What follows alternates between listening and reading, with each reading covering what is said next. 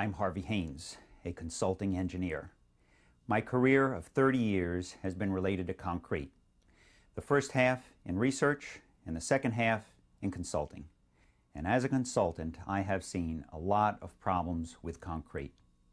The predominant problem by far is that of cracking. In this two-part tape series, I'll present information based on my knowledge and experience on why cracks occur and how they can be avoided. The reasons that cracks lead to disputes are probably for two reasons as I see it. First, there are no standards for acceptable cracking. Each person that sees a crack can call it differently. One person says it's within the standard of industry, another person says it isn't. And second, perhaps more importantly, cracks evoke emotions. An owner sees a flaw in his structure. Something is wrong. What is wrong? Will it get worse? Who's responsible? And finally, Mr. Contractor, make it right. The information I'll discuss is directed directly to contractors. As a contractor, the more knowledgeable you become, the less likely mistakes will be made. A project with few problems should make money. Here is an overview of the complete presentation. Tape number 1 and 2. Tape number 1 addresses the different types of cracks and their causes. Why do cracks occur? I find it's important to understand the reasons why things happen. That way action can be taken from knowledge.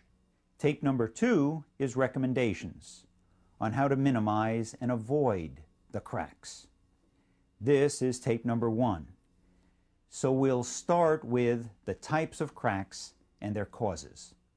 Cracks in slabs on grade are caused by soil movement, by concrete thermal behavior, and concrete shrinkage behavior. These are the most common types of cracks. Now there are others, but they're rarer, and they have specialty explanations. My practice is in California, and shrinkage cracks are quite common. In colder regions, thermal cracks may be more common. All locations have problems with soil movement, so let's start there. Soil movement can show itself from heave of expansive clays or settlement of soils that are weak or have been overloaded. Let me say a few things about heave. If expansive clay is identified in the soils report, then a red flag should shoot up, indicating that you'll have to be extra careful. The clay needs to be at a high moisture content before concrete is cast. Because once the slab is on the ground, the clay beneath the slab will remain at a high moisture content. And this is good.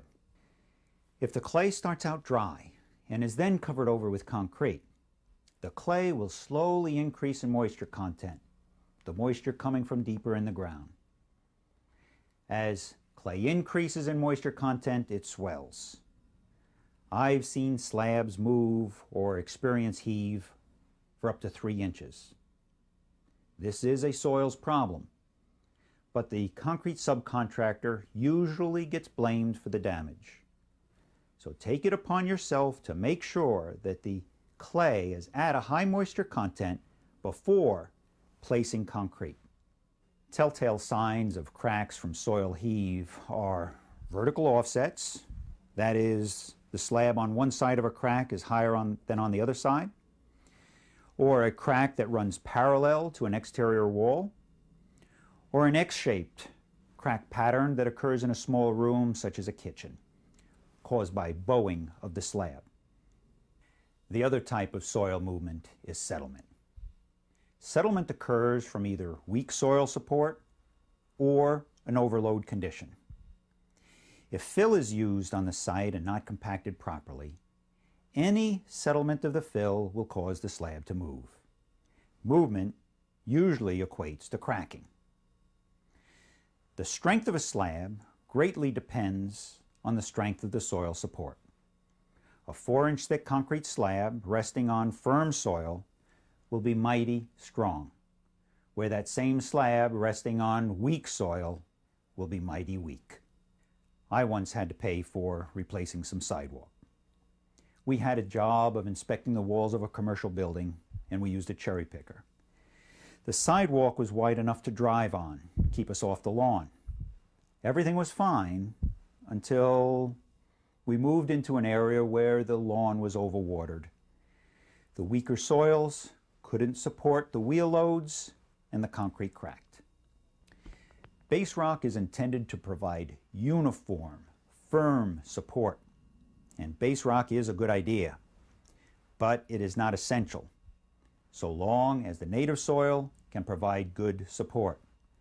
And that is good support even when the native soil becomes wet. A vehicle wheel load at the edge of a slab can cause the slab to deflect up to 25% more than if the wheel were at the center of the slab. For a driveway, a heavy truck can overload the edge of a slab and cause a half-circle crack to form. Other signs of soil settlement are: 1. A lot of raveling along the edges of cracks. Raveling is the breaking or the chipping of those edges. 2. The slab breaks into relatively small pieces of, say, 1 or 2 foot square. And 3. The slab has the corners broken, as shown by a diagonal crack that runs across the corner. That covers soil movement. Let's turn to concrete thermal behavior. Thermal cracks occur in concrete due to changes in temperature. As temperatures increase, concrete expands. Temperatures decrease, and concrete contracts. Why is that? Atoms are more active at higher temperatures, and they take more space as they move. So materials grow in size at higher temperatures, and they contract at cooler temperatures. Thermal behavior affects concrete in 3 basic ways: from seasonal temperature change, daily temperature change, and heat of hydration. Let's start with seasonal temperature change. The change in length of a concrete slab due to seasonal temperature change is shown in this chart. The length of the slab is considered to be 100 feet long. Most locations of the country will have at least a 50-degree temperature change between summer and winter. Other locations as much as a 100-degree temperature change. If the slab is cast in summertime, then its original size is defined by the higher temperature. And as winter comes, temperatures reduce, the slab will contract. It'll contract by as much as 3/4 of an inch. This contraction movement will crack the concrete. So joints are installed in the concrete. They're called contraction joints, so that the cracks occur at those locations. If the concrete were cast in winter, then the slab will increase in length as the temperatures warm going into summer. The increase in length can be as much as 3/4 of an inch. Expansion joints are installed in slabs to allow the slab to expand. If these expansion joints are not installed, the slab can buckle, as shown in this picture. Daily temperature change causes a varying temperature through the thickness of the slab. This diagram shows the sun hitting the top surface and causing the top surface to get hot and expand relative to the bottom surface. It results in this humping shape. If the reverse occurs, where the top surface is cooler than the bottom surface, then contraction of the top surface will cause this curling shape. Cracks seldom occur due to daily temperature changes, except when the concrete is really young. And this will be explained further in the next section on heat of hydration. Heat of hydration is the term used for the heat that concrete generates as cement goes through the hydration process. Now I'm going to pause and explain hydration because it's an important topic. It is the chemical process by which cement initially sets and then gains strength. Consider my fist as a cement particle. As soon as it comes in contact with water, some material from around the outside dissolves. Molecules are swimming around and they combine into several forms. Very rapidly, long, thin crystals form, and this causes concrete to start initially stiffening. It also explains the slump loss of concrete. Real strength gain starts after about 5 or 6 hours, and depending on the ambient temperature, it could be sooner or that could be later. It's rod-like fibers that form onto the cement particle. With time, and that is days and weeks, more cement dissolves, more fibers grow. Under a microscope, this hydrated cement particle looks like a fuzzy ball. Water must be present so that the fibers continue to grow. The process of curing concrete is to provide an environment that assures that water is present so that hydration can continue. A common error of those working with concrete in the field is to refer to curing concrete as a dry it out process. This is totally incorrect. Water needs to be present in the pores of concrete so that strength gain can continue. This is why curing compound is sprayed on concrete, so that the water is held in the pores and is available for hydration of the cement. Back to heat of hydration. As hydration continues, that is, the rod-like fibers are growing, heat is generated as part of the chemical process. This heat increases the temperature of the concrete and can cause some cracks. Cracks that occur at a young age. The reason for this is when concrete is, say, 12 hours old, it is generating a lot of heat from hydration. And if the day is hot, then the concrete is even hotter. It could be 100, 120 degrees. Now the size of the concrete is defined by this high temperature because the concrete is hard at this age. Any cooling and the concrete will contract. This contraction can cause cracks. A rather common crack, and I want to emphasize it really is a common crack, is one that occurs on the first night. Typically what happens is contraction joints are not installed until the day following casting concrete, and that's too late because the concrete's already cracked by then. What happens is that the day the concrete is cast, it's the top surface of the fresh, young material that becomes the location of the highest temperature. Combination of solar radiation and heat of hydration. When the cool evening temperatures come, the top surface is exposed to the lower temperatures. Contraction occurs most at that top surface.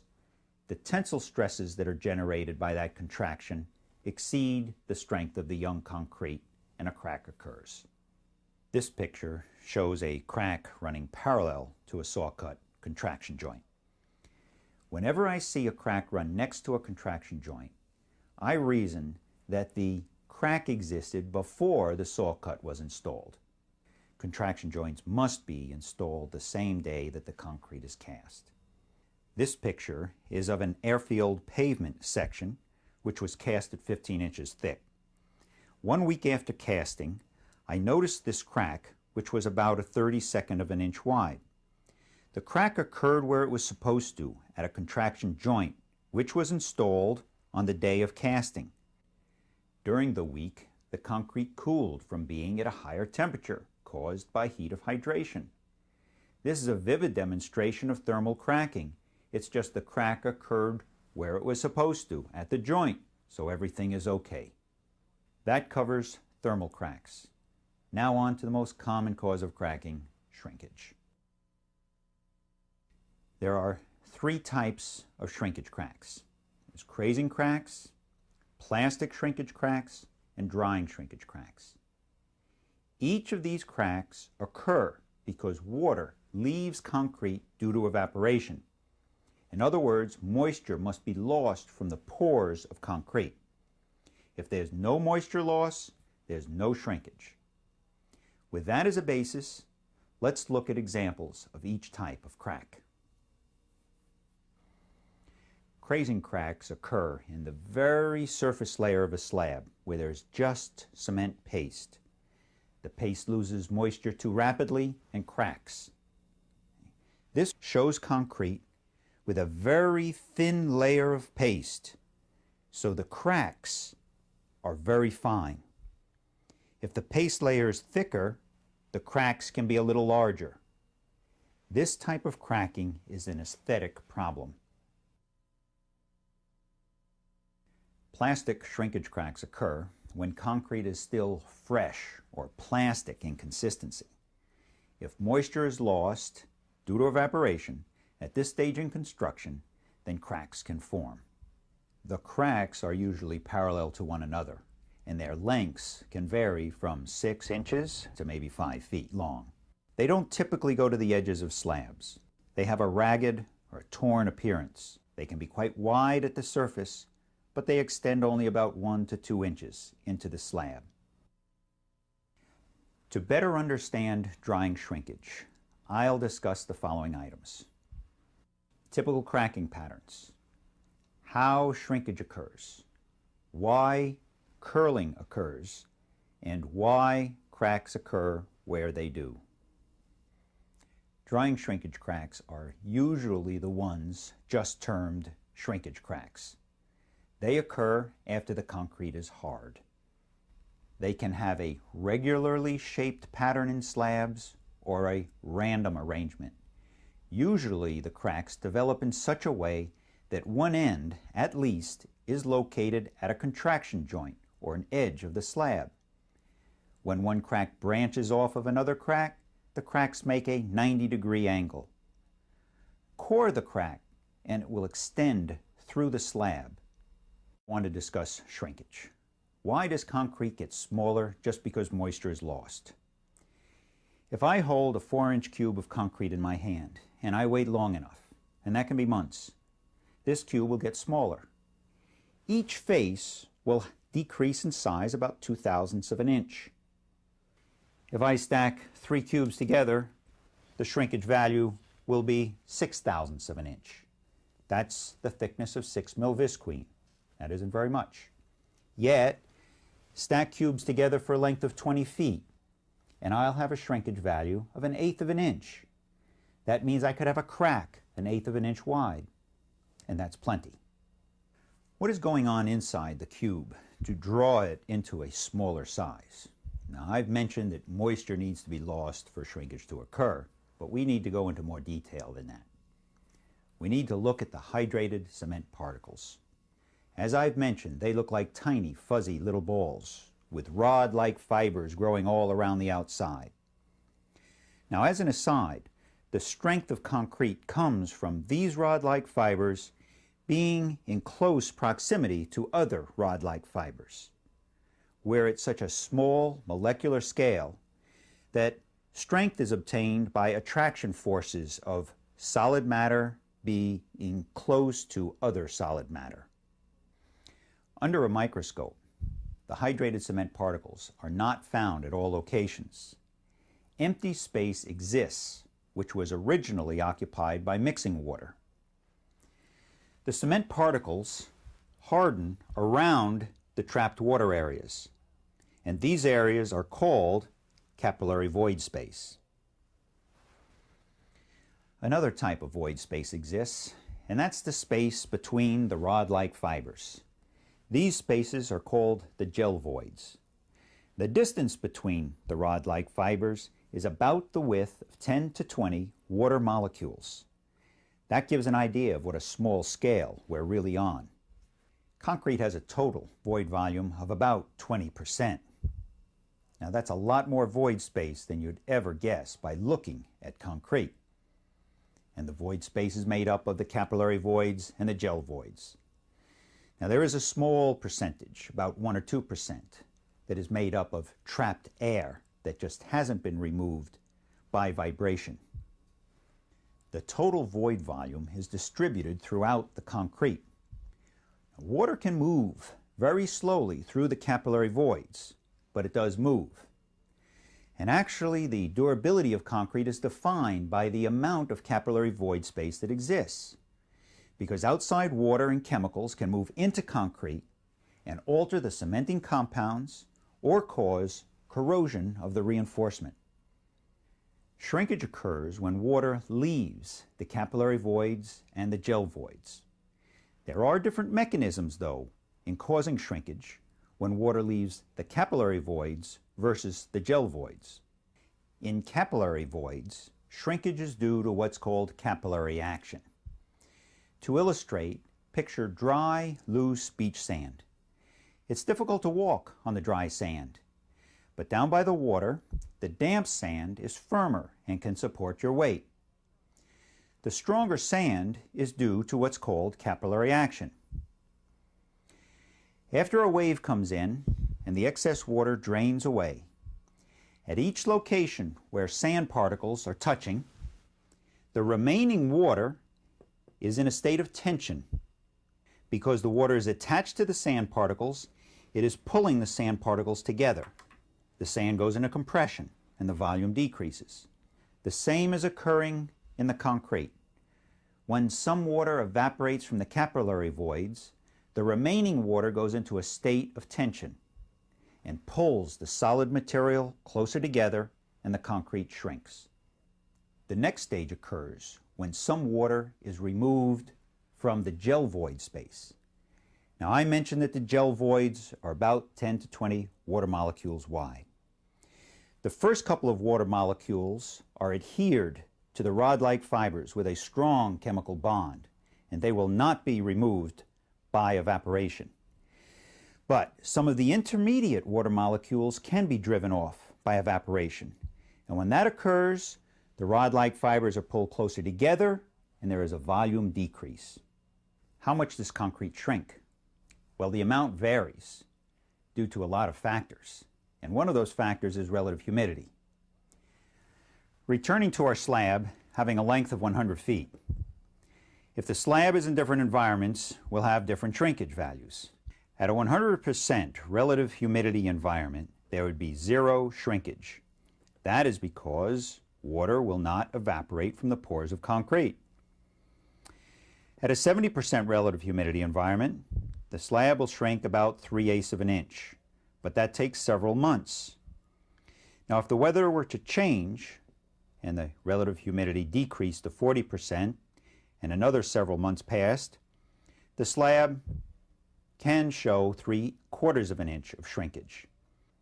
Now, interestingly, if it rains, the concrete will absorb the water and the slab will swell.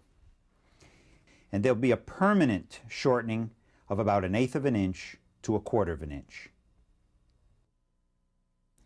Cracks in slabs on grade don't result from the concrete slab just getting shorter. Curling plays a significant role. Now, curling comes from a moisture gradient through the thickness of the slab. The top surface dries out due to evaporation of water, while the bottom surface stays moist, being in contact with the ground. Look at this diagram. The vertical scale is distance from the drying face, the top being the drying face, the thickness representing a 6-inch thick slab on ground. The concrete's in an environment of 73 degrees Fahrenheit, 50% relative humidity. Moisture loss scale is 0 moisture loss means the concrete's wet, 100% moisture loss means the voids in the concrete are at 50% relative humidity. After 28 days, the concrete has lost moisture down to about 2.5 inches. Below that level, the concrete is fully moist. After 4 months, the concrete's lost moisture to about 4.5 inches, and then it's still moist at the bottom. It means there's a moisture gradient in the slab. Now, if it were to rain, after about 2 days, this slab would be fully wet again, and we'd have to start the drying cycle all over. What this chart shows is that there's almost always going to be a moisture gradient through a concrete slab on ground. Let me explain how curling occurs using our 4-inch cubes.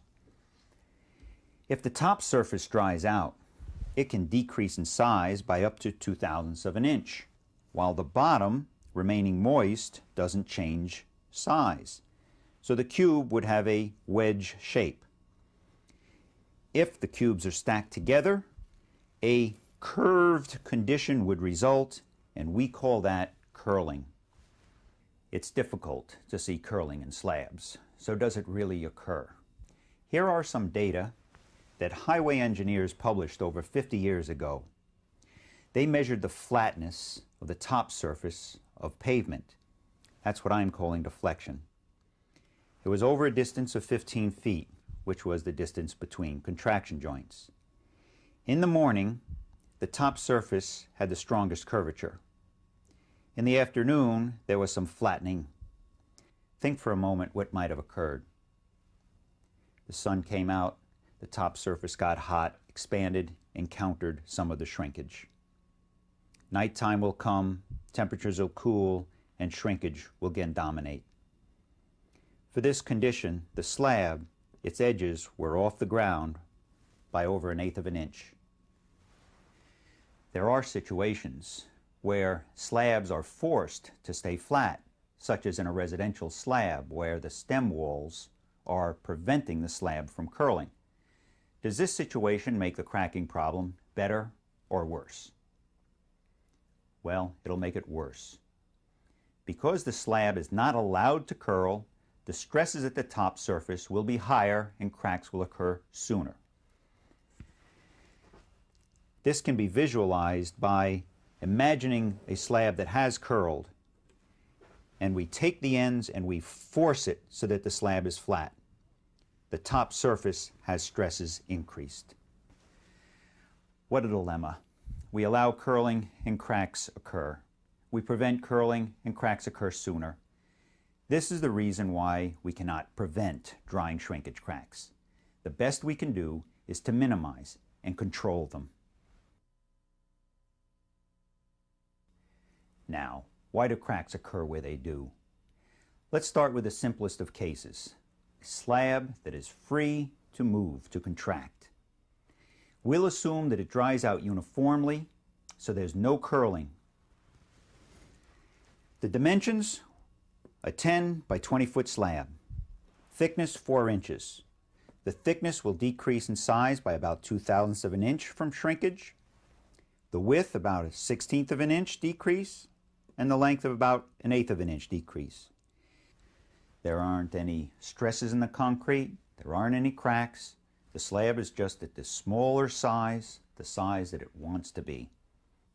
Now if we have the same slab, but along one edge we have a footing, that footing is going to restrain the slab from shortening, and the concrete would be placed in tension.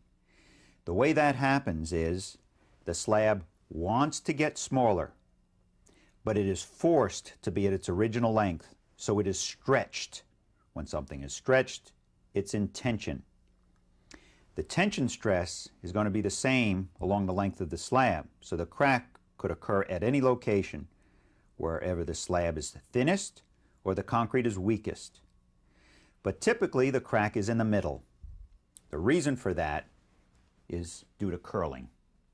Look at this slab without a footing. Highest stresses occur at the mid-length. The slab gets picked up from curling, and the weight of the slab causes stresses, extra stresses in the middle. As the slab shortens, there's a drag effect across the ground, and that friction component causes extra stresses at mid-length. So the crack occurs near mid-length. It doesn't necessarily end there.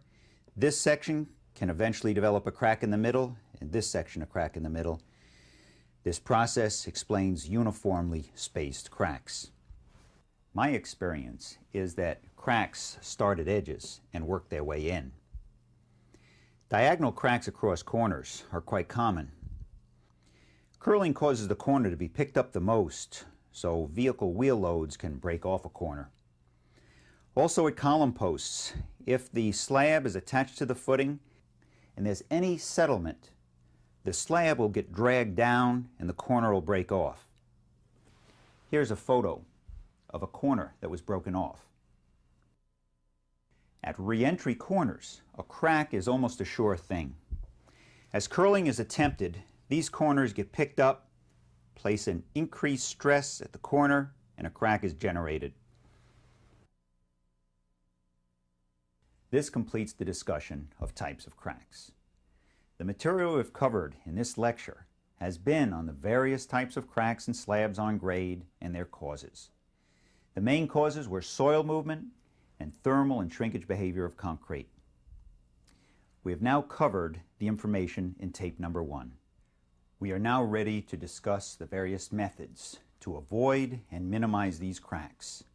This information is in tape 2.